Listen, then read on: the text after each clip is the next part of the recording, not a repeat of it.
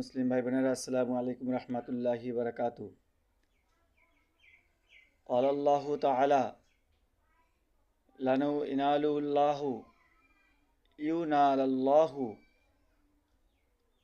লুহুমুহা ওয়ালা দিমাউহা ওয়ালাকিন ইনালুল তাকওয়া মিনকুম।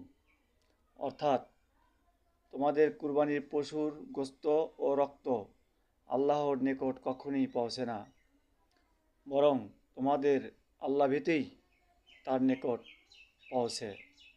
আল হজ, সূরা হজ 37 নম্বর আয়াত। এখানে স্পষ্টভাবে বলা হয়েছে যে তোমাদের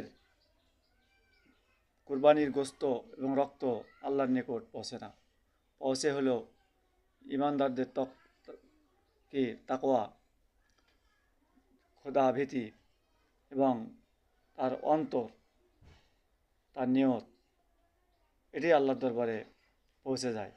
সুতরাং আমরা প্রত্যেকটি ক্ষেত্রে আজকে যে সমাজে দেখা যায় যে কুরবানির গোশত নিয়ে টানা হাঁচড়া ইত্যাদি, যে নিয়তে করে সে নিয়তে পালন না করে আরেক নিয়ত করে ফেলে, গরিব মিসকিনদেরকে ফাঁকি দেওয়ার জন্য কত না ষড়যন্ত্র করে।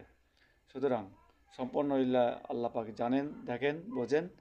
তো আমরা এই কর্মগুলি থেকে বিরত থাকবো ইনশাআল্লাহ।